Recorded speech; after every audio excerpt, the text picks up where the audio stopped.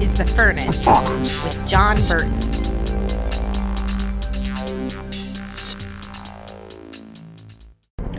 Hey, all right, so let's talk about something that's a little more practical than what I usually hit on, but this may be something that you can grab onto. I'm going to talk about why people have a hard time landing a job, why they can't get a job. I hear all the time, that people are frustrated and mad and upset because people won't hire them and they can't find a job. And honestly, you can kick into the spiritual a little bit here, because the enemy would love to cause folks to spiral out into depression and despair and hopelessness and all of that. But the Bible says if you don't work, you don't eat. And did you know also the Bible says that if somebody is lazy and they're not working, talking about those who are able to work, I understand that there are people that are unable to work. I get that. Grandma who's 104 years old and you're not going to see her, at Taco Bell. I get that. Probably. You could, but probably not. But those who are able, the Bible says that if they are not productive, if they're lazy, we're not even supposed to associate with them as Christians. So if someone is a professing Christian and they're lazy, they're not working, they're not productive, we're not even supposed to associate with them. Bible really, really says that. We know that the Bible talks about, those who are unrepentant and involved in sexual immorality, that we can't even eat with them. And, we know that. We know church discipline. We get that. But the Bible actually says that those who don't work, those who are not productive, those who are lazy is really what it says. We're not supposed to hang with them. And that's something that I think we really need to think about. But this is going to be a little bit more practical than spiritual. There are reasons, my friend, why you can't get a job. There are reasons. And the reasons are many. My wife and I, we've had a strong work ethic our entire lives. Myself, definitely. I had my first job when I was 11 years old. And it was the newspaper route from hell. It was horrible. I can't even tell you how bad it was. I was 11 years old, and it would be in Chicago, the absolute most bitter cold during wintertime that you can imagine. So once a week, I would have all of these newspapers delivered to my doorstep, and I would spend hours stuffing them into plastic bags and inserts and doing all this stuff. Then the next day, right after school, I would head out with my wagon, and I would pull this wagon up huge hills and through the subdivision and all over the place in bitter cold. I was dressed up like a Eskimo, and I would deliver these newspapers, and I wouldn't get home usually until 6 or 7 at night, at least, because it'd always be dark when I got home. And it was horrible, but I did it. And then I had newspaper routes, after that. And, all through high school, I was working in a butcher shop at a grocery store. Hated that job. And, worked at car washes. Hated those jobs. And man, and the point I'm making is it's important to have a strong work ethic. But there are reasons, everybody, why you can't get a job. You should be able to get a job anytime you want. One of the reasons, however, that you're not able to get a job is you're too picky. I remember there was a time in my life when I needed a job. And I, of course, you cherry pick all the jobs that you want. And so I'm going around all these. This is in Springfield, Missouri, and driving around to all these different interviews and not getting the interview. And I had in my mind, I'm like, all right, if I can't get a job today, I have no option. I have bills to pay. I have no option, but I'm going to go get a job at Domino's Pizza. So that day, I didn't get a job anywhere, and I went into Domino's. They hired me on the spot, and I ended up absolutely loving that job. It was amazing. I loved it. It was so much fun, and got to drive around all the time and deliver pizzas, and it was great. So if you can't find a job, I guarantee, listen, if there's these 14 and 15-year-olds helping me at McDonald's when I'm going through the drive-thru. You gotta know that a 20-something or a 30-something or a 40-something-year-old is going to be hired by McDonald's to work. You gotta know it. So that's one reason you're way, way too picky. Too lazy, too picky. Another reason is you just don't have any idea how to interview. When you interview, you are selling yourself, because listen, employers, they've kind of got the fear and trembling thing going on, because they do not want to make the wrong choice when hiring. It costs a lot of money. Whenever you have to hire somebody and you're sending them through training and doing all this stuff, costs a lot of money. And then to suddenly realize that you have some joker working for you, or someone who's lazy, or someone who doesn't take instruction, or someone who shows up late, or somebody who is unprofessional, or on and on. Now you've got to deal with that person. Now you've got to go through all the processes, and you've got to write them up, and you've got to train them more and have meetings with them, and you figure out what's going on, then ultimately fire them and start all over again. And so you need to sell yourself during the interview and alleviate every concern that an employer has when hiring. And not only do you need to alleviate concerns, you need to make them excited about the opportunity to have you working for them. So when you're interviewing, the employer needs to come out of that interview and be like, oh my gosh, that person is stinking amazing. I better hire them fast before somebody else does. So that's your job during the interview. You look at them, eye contact, have confidence, show up in at least business casual. Don't care where you're interviewing. It could be at a go-kart track or McDonald's or a law firm. Dress nicely, right? If you're a guy, wear slacks. Do not wear jeans. Wear nice shoes. Make sure that they're polished and they're looking good. Wear a button-down shirt. Some job interviews absolutely require a shirt and a tie and a suit. Do it. Absolutely do it. Make sure that you've got a clean cut appearance in most cases, and again, I know some of you lumberjack types are out there and you're like, well, that's just not who I am and whatever. I get that. But you can still have an appropriate appearance. But I'd encourage you, trim that beard down, shave it off if you can, be clean cut. Your hygiene is critically important. Make sure that you smell good. Come on. I'll never forget the time that after some dude was hired, this is a long time ago, I didn't hire him, but I was over a department, and this guy, his odor was awful. It was terrible. And in fact, twice. Now that I think of it, 2 times I had to deal with people that had body odor issues. And it's probably one of the most uncomfortable discussions that you could ever have with somebody as a boss. And so definitely make sure you smell good. Make sure your breath is good. And I know some of this seems so obvious, but you would be shocked. Don't show up in flip-flops. Don't show up in tennis shoes. Present yourself well. Then you got to be confident. You have a firm handshake. Look them in the eye. Be ready to answer their questions. Don't stumble over your answers.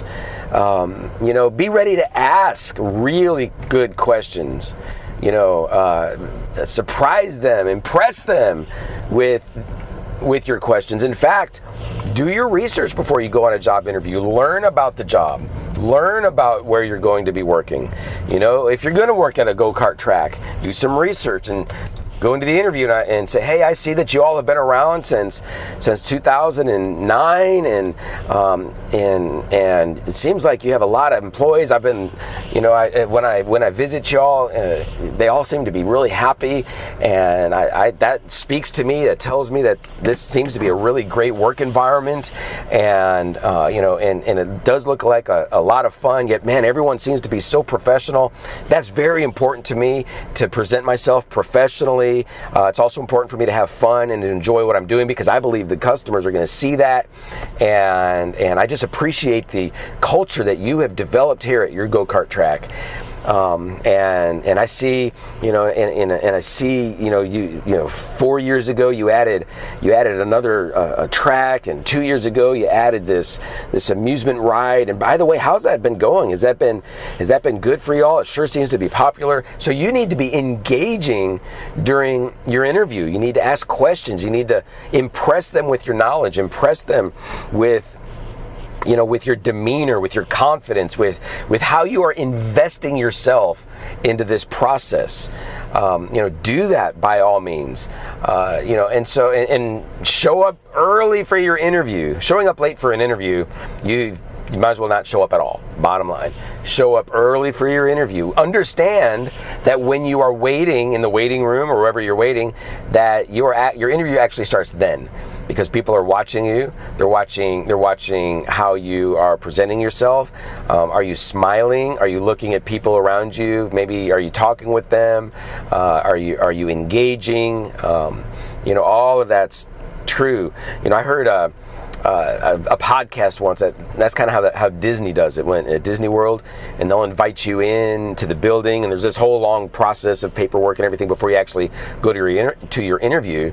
But you are being watched on cameras, I think. I mean, don't quote me on this. I'm just hearing what I heard, but I understand the principle is cool, and they're watching how you interact. They're watching, are you staying professional? Are you smiling? Do you have that confident appearance? Are you doing the right things? Are you on time? All of that kind of stuff. So all of that is very, very important. And so, I could go on and on and on. If you have a bad work history, you're going to have to work to clean that up. Be very honest about it. If you've been fired about it, give me a break. Don't make it sound like it's the employer's fault. We need to see people that have the guts to admit. It's like, yeah, you know what? I have had a difficult work history, and I'm going to admit that up front to you. Looking back over the last several years of my life, I was going through some struggle. I was learning. I was immature. I want you to know that I'm acknowledging all of this. I acknowledge that the reason I was fired at my previous job was because I didn't show up on time.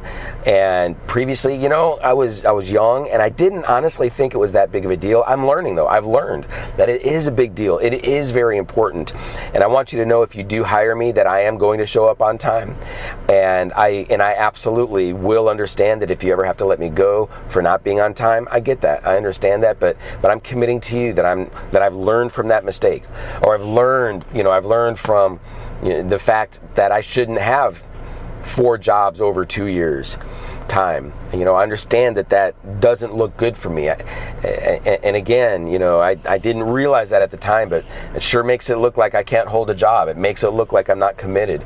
I want you to know that I acknowledge that. I see that. I don't like that. That's a negative attribute. I don't like that. And I want to do better.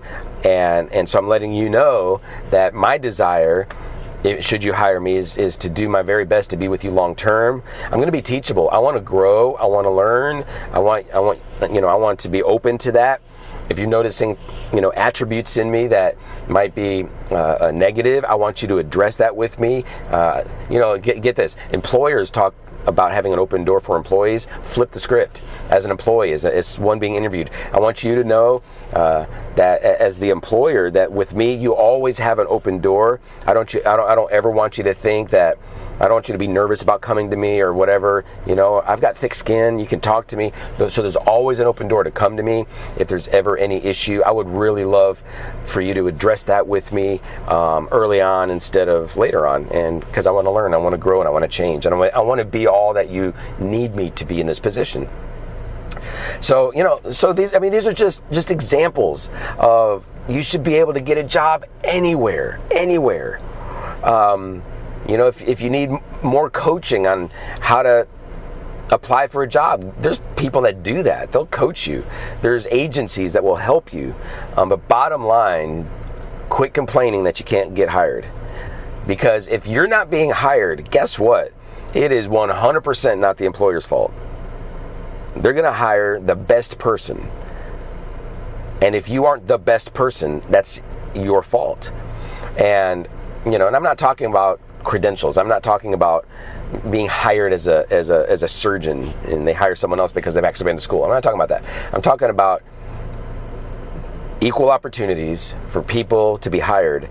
You can do everything that you can do to make sure that you're the best option. Another point, make sure you're available. I know we have different availability. I get that, and some of you are just going to be applying for part-time jobs or whatever. The less availability you have, the less chance that you're going to be hired. Just so you know, it's just the way it works. If someone comes in and says, yeah, I want part-time hours, and I don't care what those hours are, you can work me anytime. And someone else who is equally as good in all the other areas says, yeah, I want part-time hours, but they have to be, Monday, Wednesday, and Friday between, 9 a.m. and 3 p.m. Well, guess who's going to get the job? The one who has flexibility. So all of this is important. I'd love you to leave some comments. What are some other things that are important? I'm certainly missing a lot of it. And oh, by the way, you realize that by being this kind of a person, you're going to make more money than those who don't know how to get hired. Even should you get hired and you don't learn these lessons, you can probably stay at that lower pay scale for a while, where those who are bettering themselves, they're learning, they're growing, and they're handling themselves rightly, presenting themselves rightly, they're going to make more money. In fact, even at the interview, you can, if you feel confident, you can say, you know what, I'm not sure what you want to offer me. I do believe that I am worth, $15 an hour or whatever. I did that at a job, a graphic design job. I told them, I said, this is what I want to make. And that's exactly what they gave me. And it was a decent number. And so the better you are, the more bargaining power you have in terms of pay. The better you are, by not calling in sick all the time and not being a hassle, you're going to have favor on the job. They're going to give you time off when you need time off. If you're not difficult to deal with, they want to make you happy. They want you to be refreshed. They want to accommodate you if you are a great employee. So definitely, learn all you can, read books, get counseling, counsel, have people in the job world help you, and you definitely can get a job. Don't be picky. Comb your hair, right? Firm handshake, smile, be confident, and land the job. And I'm telling you what, you can end up making a career out of something that maybe was entry level at one point, just because you are amazing. Who knows? Maybe you'll be the owner of that fast food franchise someday. Stories like that happen all the time. All right, leave me comments. What do you think? See you next time. Thank you for listening to The Furnace with John Burton. You can access media, read articles, and partner with the ministry online at burton.tv. And by all means, share this podcast with those who are hungry for revival, reformation, and revolution.